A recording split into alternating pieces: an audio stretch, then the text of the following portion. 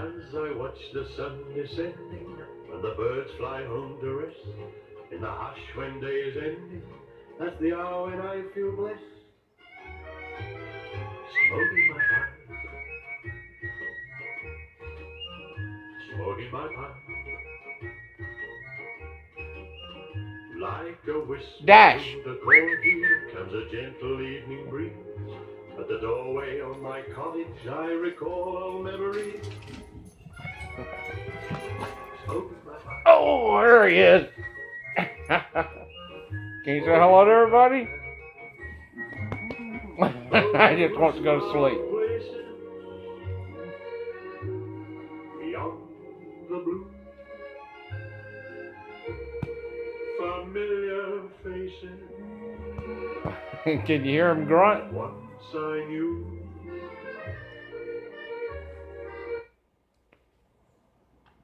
Hello, brothers and sisters of the Briar. Professor Jeremiah here.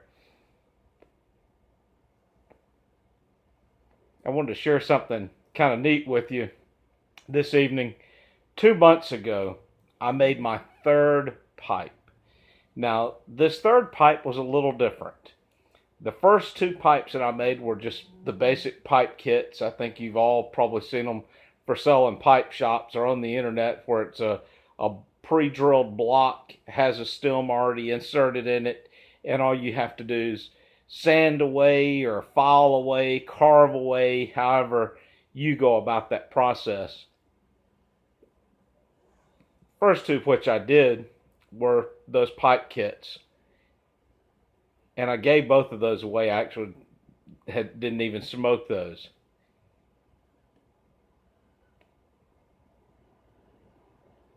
But a little, maybe around a year or so ago, Skip Elliott, the owner of the Briary, had started carving a few pipes with a different kind of wood. And at first I kind of wanted to see how this wood fared with 2 of the employees at the Briary. They both really enjoyed it. They both said that over a period of time, the smoke in this wood seemed to get sweeter. And one's a burly smoker. The other smokes, I would say mostly English blends. So I had an interest in that. Was just curious. And so when their pipe event came, I planned on buying one of his pipes from him, but they all sold out before I got there. And I got there within 10 minutes of the pipe event starting. So I scratched my head, and what would I do? But I actually had already been preparing for this moment. And I had already obtained some of this wood, though it's not that readily obtainable. I was able to find some here in the area where I live. And if you live here in the South, it may be, I wouldn't say common, but not too scarce of a piece of wood to get. It's just hard to find a good piece that's aged and dried out. So, here's my pipe. And this is not briar. And I wished you could see. I'm afraid you're not going to really be able to see this grain very well. You can see it just a little bit. The light keeps changing. Now this is just a natural mark in the wood. There's no stain on this pipe. This is all natural. And I realize it's not the best looking carving out there. This is just what I was able to do. The wood is Osage orange, or some people refer to it as Bodock.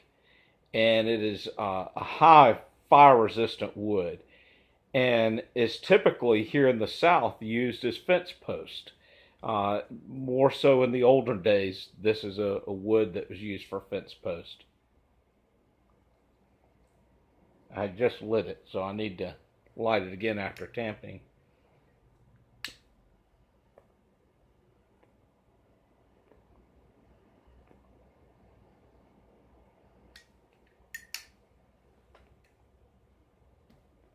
So I'm probably on between 40 and 50 smokes out of this bowl. I was smoking in it some Danny K from Kramer's in California.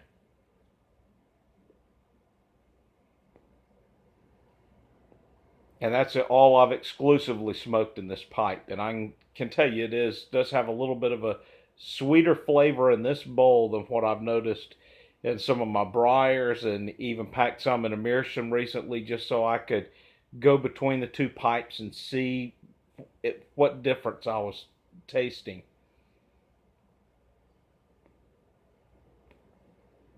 It's a real clear difference. So on this, this block came from an old fence post.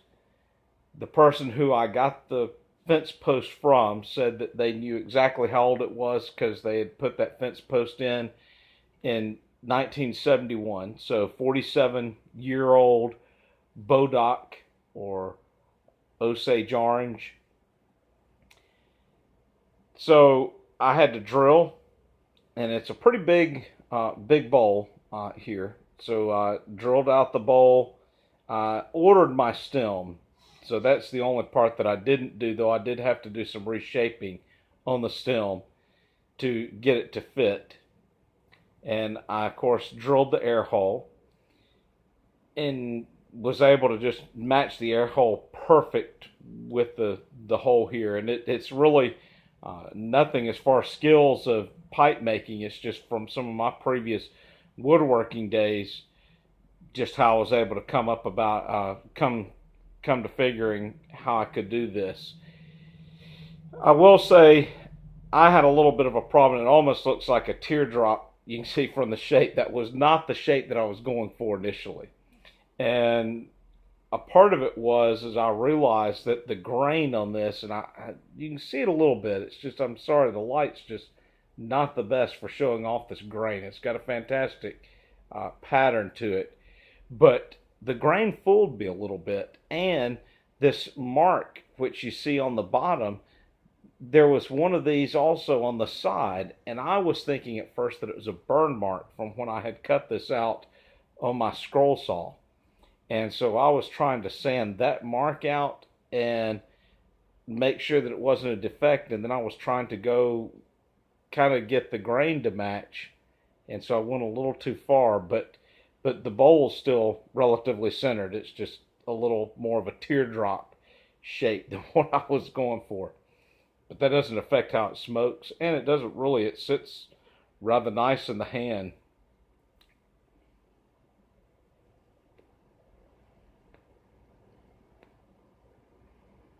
But it's great.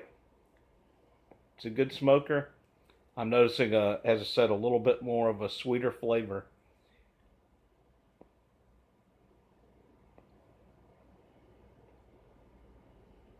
So don't be afraid to try a new piece of wood. Now, Timber Drifter, and it might have been a month ago or so. It was right after I'd carved this, so it's been within the last couple of months. When he was out in the woods, he was sitting on top of a piece of Osage orange. And at that time I was talking about cutting off some pieces, and I just was like, oh man, I wish I could say, hey, cut some for me right now. And he may not even be going back to that place, but just to have that aged, dried out wood, and it's incredible. I mean, it is, when I clean it out, it's a perfectly clean bowl.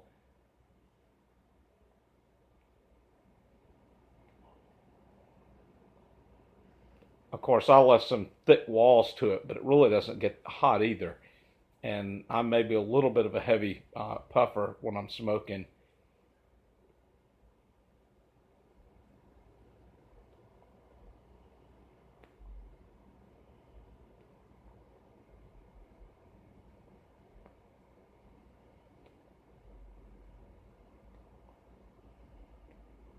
When I was in Africa, I tried to do some pipes out of mahogany, but I just didn't have the right bits. I had to make my own spoon bit for it, and just between the lack of equipment which I had and lack of expertise really in making a pipe, I I didn't perfect it the way that I would like to, so I didn't even try that. But I also was concerned about the chemicals or the rosin which is produced within mahogany. The idea came about because I heard that during World War II there had been some pipes made out of mahogany, and I'm curious if any of you know about this. Put it in the comments down below. But I heard that during World War II they'd made some pipes out of mahogany, so I thought I would give that a try. But mahogany, when you're sanding it, you have to wear a mask. I mean, you wear a mask on most things, but with that you have to, because it literally has a chemical that will really affect and burn your lungs. So you have to be super careful, especially where I was, because the mahogany which I had, it wasn't like something you would get here. It was being freshly cut out of the forest. So the pieces I believe that I was working with might have had 3 years worth of drying to them, and they would have been dry, but maybe not as dry as they should have been.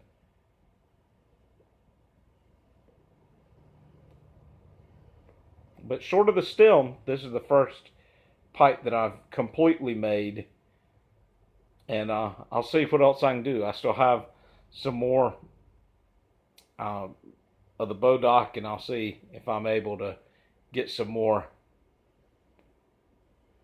pipes out of it. I have one pipe that would make a great Canadian, but I don't have a way of turning it on the table, and I believe I really would need to turn it to get that stem more perfected, and just to get the shape of the bowl maybe more into a poker.